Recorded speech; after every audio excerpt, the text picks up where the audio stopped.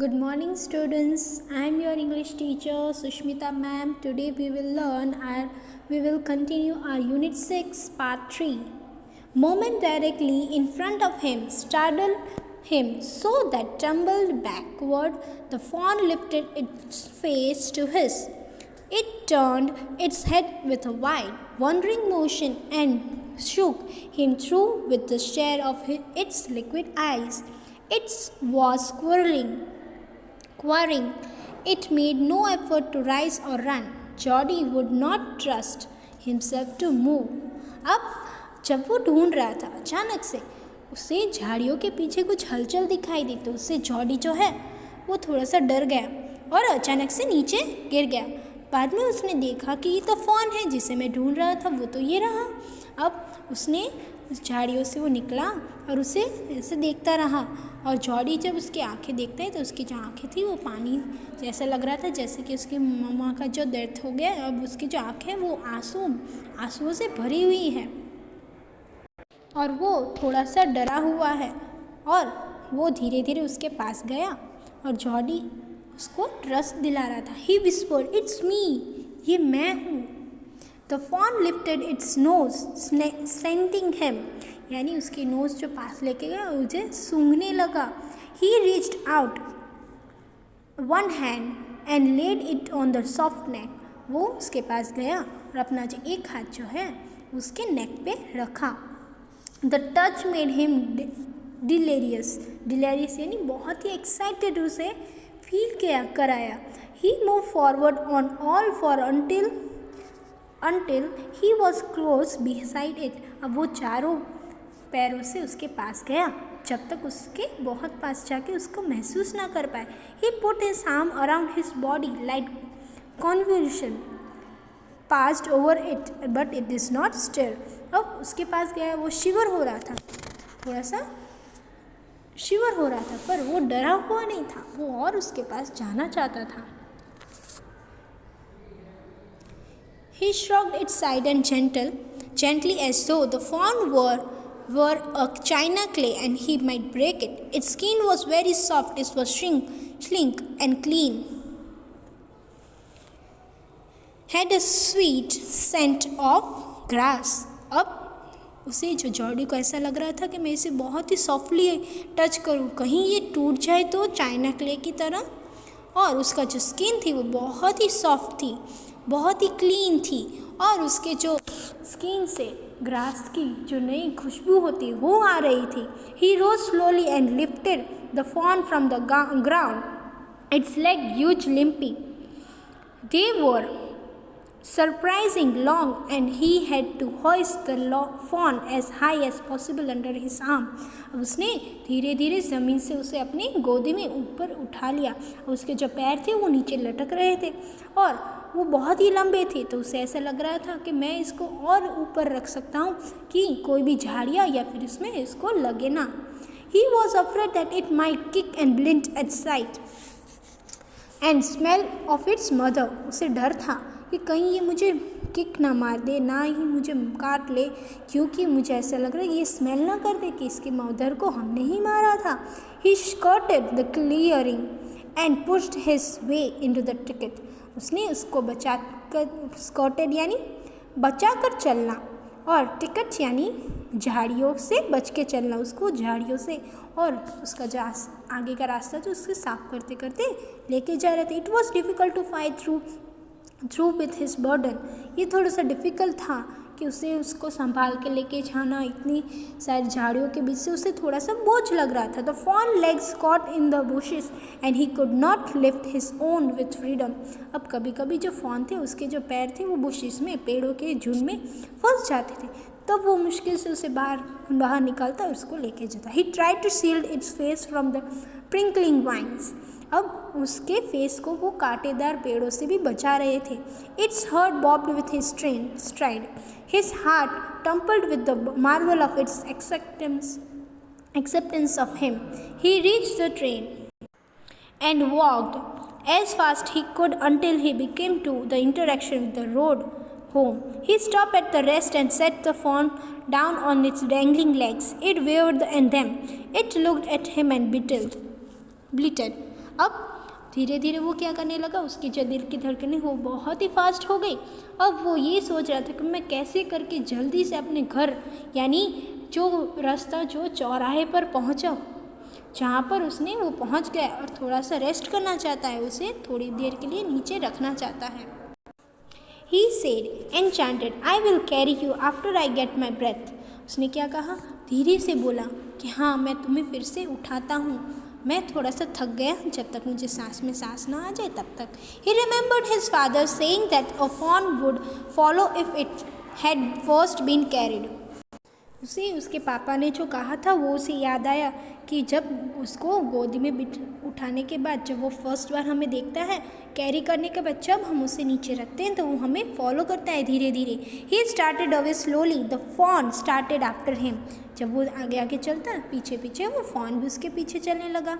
It took a few wobbling steps towards him and cried piteously. अब थोड़े से उसके जो पैर थे वो शेक कर रहे थे, ठीक से चल नहीं पा रहा था वो।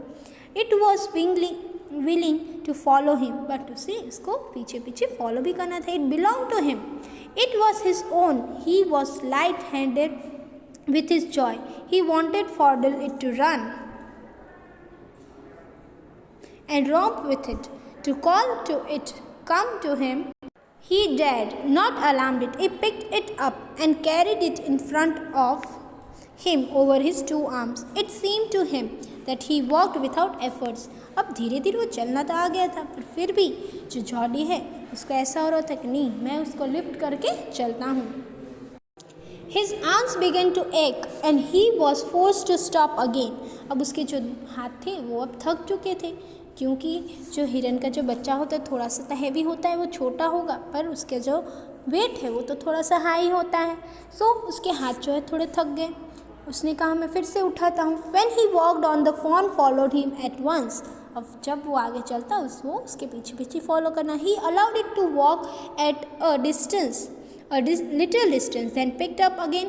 वो थोड़ी देर के लिए उसको चलाता, फिर से गोदी में उठा लेता, फिर से रखता, फिर से उठा लेता। The distance home was nothing. जो घर जो था उसका उतना डिस्टेंस नहीं था। He could watching it follow. He could have walked all day and into the night, carrying it and watching it follow. अब उसे ऐसा कोई भी तकलीफ नहीं थी कि वो पूरी रात दिन उसे लेके घूम सकता था। But he was wet with sweat, but a light breeze blew through the June morning, cooling him. The sky was as clear as spring water in a blue china cup. जो आसपास में वो थका नहीं था, बस थोड़ी सी उसे पसीना आ रहा था। जो ठंडी ठंडी जो जून में जो हवाएं थी उससे उसे कूल भी हो रहा था।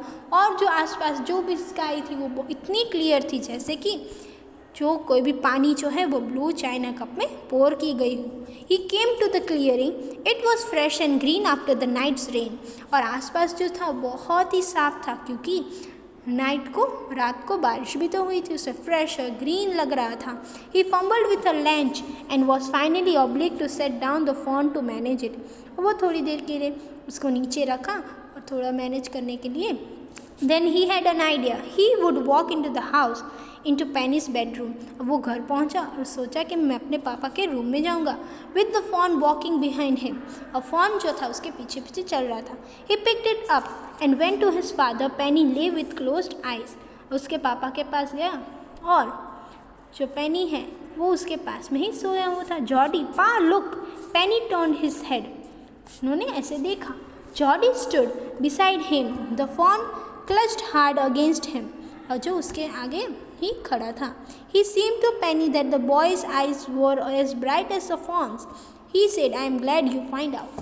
अब जैसे उस हिरन के बच्चे का जो आंखें जैसे चमक रही थी, वैसे ही जॉडी के भी आंखें चमकने लगी। Jody then went to the kitchen. The fawn wobbled after him. अब वो किचन में गया तो उसके पीछे पीछे fawn भी गया। A pan of morning milk stood in the kitchen, safe.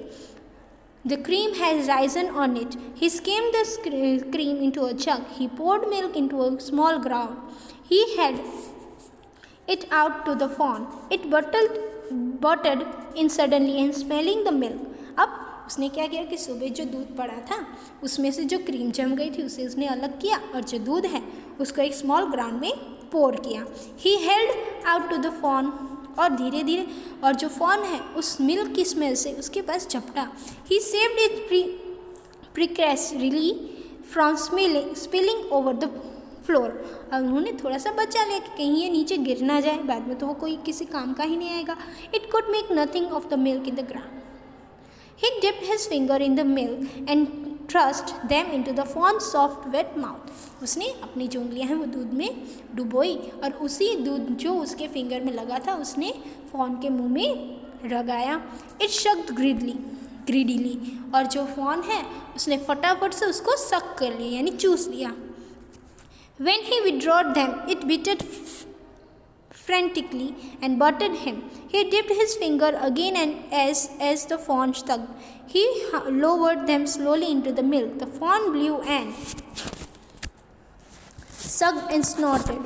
अब जो धीरे धीरे जो बच्चा है वो धीरे धीरे उसे बहुत ही अच्छा लग रहा है, जैसे वो अपनी मम्मा का जो दूध पीता वैसे ही ये भी करने लगा था। धीरे धीरे वो सारा जो दूध है वो सक करता गया, चूसता गया। It stamped its small hoofs impatiently. और ये बहुत धीरे धीरे वो कर रहा था, उसे थोड़ा भी इम्पेशेंट फील नहीं हुआ। As long as held his finger below the level of the milk, the fawn was content.